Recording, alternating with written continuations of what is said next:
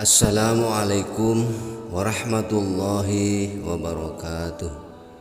Alhamdulillahilladzi hadana lihada wa ma kunna linahtadiya laula an hadanallah. Asyhadu an la ilaha illallah wahdahu la syarikalah wa asyhadu anna Muhammadan abduhu wa rasuluh la nabiyya ba'dah. Sahabat beriman yang dirahmati Allah, syukur alhamdulillah kita masih bisa berjumpa lagi di channel ini.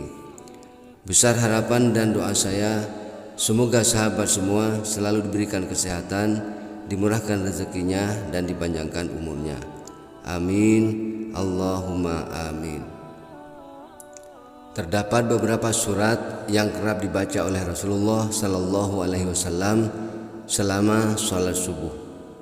Surat yang dibaca dalam sholat berbeda-beda, tergantung sholat 5 waktu yang dikerjakan. Dikutip dari buku Sifat Sholat Nabi karya Syekh Muhammad Nashiruddin Al-Albani dalam hadis riwayat An-Nasai dan Ahmad dengan sanad yang sahih, sholat subuh Rasulullah membaca surat-surat panjang dari surat-surat Al-Mufassal. Kadangkala beliau membaca surat Al-Waqiah, Al-Quran surat ke-56 96 ayat dan yang semisalnya dalam 2 rakaat. Hadis riwayat Ahmad. Beliau juga pernah membaca surat At-Tur, Al-Quran surat ke-52 49 ayat. Beliau membacanya pada saat sholat subuh, pada saat haji wada. Hadis riwayat Al-Bukhari dan Muslim. Beliau juga terkadang membaca Qaf wal Qur'anil Majid, Qaf Al-Quran surat ke-50 45 ayat dan yang semisalnya pada rakaat pertama. Hadis riwayat Muslim dan At-Tirmizi. Beliau juga terkadang membaca surat-surat pendek dari sekelompok surat-surat Al-Mufassal seperti Idza syamsu kuwirat, At-Takwir, Al-Quran surat ke-81 29 ayat. Hadis riwayat Muslim dan Abu Dawud. Suatu ketika beliau membaca Idza zulzilat, Az-Zalzalah, Al-Quran surat ke-99 8 ayat pada kedua rakaat sholat subuh. Hingga perawi hadis berkata, aku tidak tahu apakah Rasulullah lupa atau beliau sengaja mengulangnya. Hadis riwayat Abu Dawud dan Al-Baihaqi.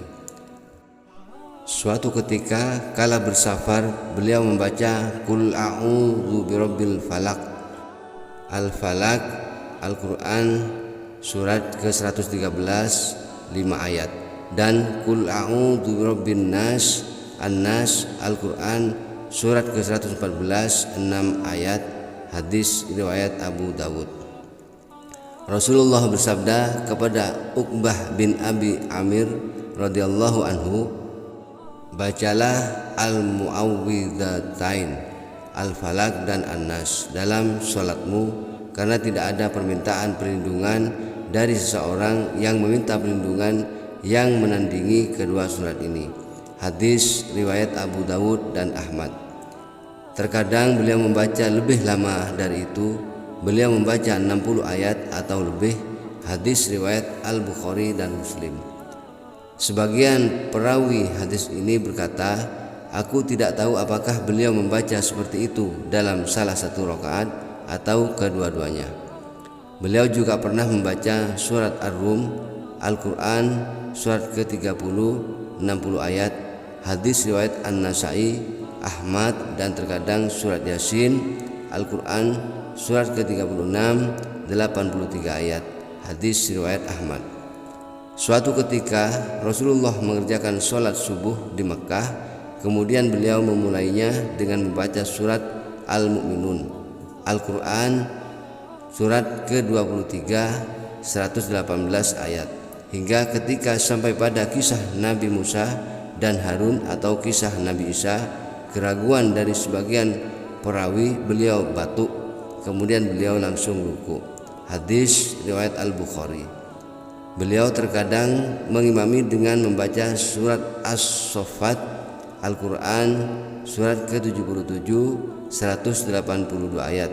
Hadis riwayat Ahmad.